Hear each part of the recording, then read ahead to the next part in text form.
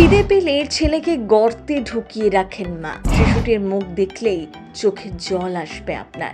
জানেন কত কষ্ট তার। এই বয়সের আর 5টা ছেলে যা যা পারে তার কিছুই করতে পারে না গোপাল। ঠিক করে দাঁড়াতেও পারে না, বসতেও পারে না। খিদের সময় প্রচন্ড কান্নাকাটি করে।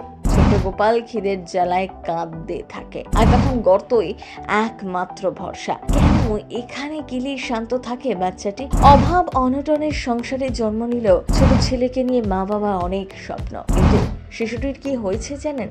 কোথায় থাকে? আজ অসহায় গোপালের জীবন নিয়ে আমাদের ভিডিও। বাংলাদেশের মুরইছড়া চা বাগানের বাসিন্দা অনিল ও সঞ্চরিয়া সাঁওতালের একমাত্র সন্তান গোপাল। ছোট থেকেই বিশেষ ক্ষমতা সম্পন্ন। স্বাভাবিকভাবে দাঁড়াতে বা বসতে পারে না। বসিয়ে রাখলে সে ভাঁজ হয়ে থাকে। নিজের পায়ে দাঁড়াতে পারেনি কখনো। গর্তে ঢুকিয়ে কোনো রকমে দাঁড় করানো হয়। এভাবেই কাটছে দিনের পর দিন। ছোট গোপালকে শান্ত করার একটাই উপায়। ঘরের মেঝেতে ছোট একটা 2.5 ফুট গভীর গোলাকার গর্ত রয়েছে।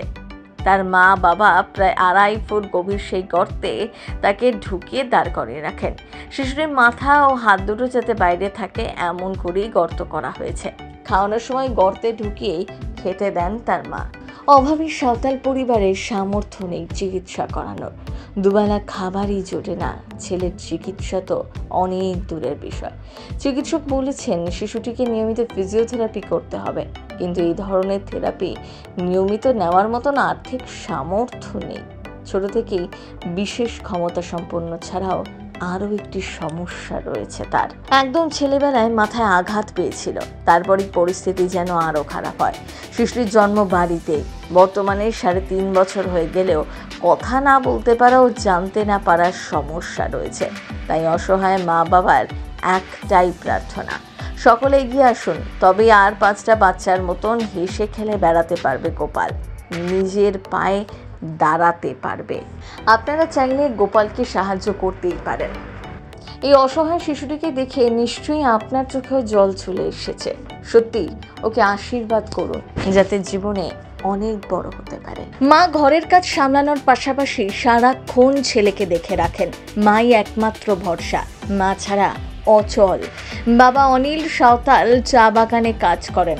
অভাব অনটনের সংসারে সন্তানের চিকিৎসা করানো তাদের পক্ষে সম্ভব নয়। তারা শিশু সন্তানকে এভাবেই লালন পালন করছেন। তাই সকলকে আবেদন করছেন তারা যেন এগিয়ে আসেন। না হলে গোপালের ভবিষ্যৎ অন্ধকারে চলে যাবে। এই গর্তেই তাকে জীবনের বাদবাকি সময়টা কাটিয়ে দিতে হবে। গোপালকে আপনার কেমন লাগলো কমেন্ট বক্সে লিখে জানাতে ভুলবেন না। প্রথম